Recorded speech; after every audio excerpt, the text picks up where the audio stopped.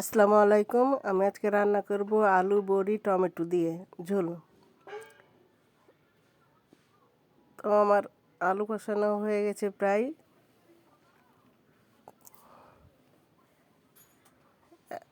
এখন বড়ি দিয়ে দেব।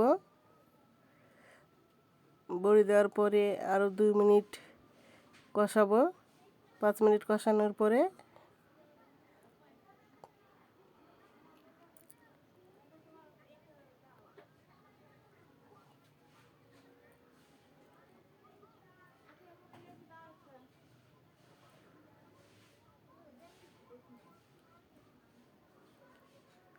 এখন আমি পানি দিয়ে দিলাম।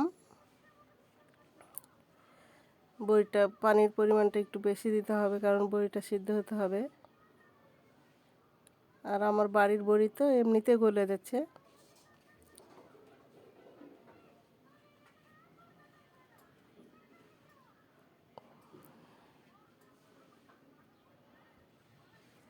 আমি এখন ঢেকে দিব।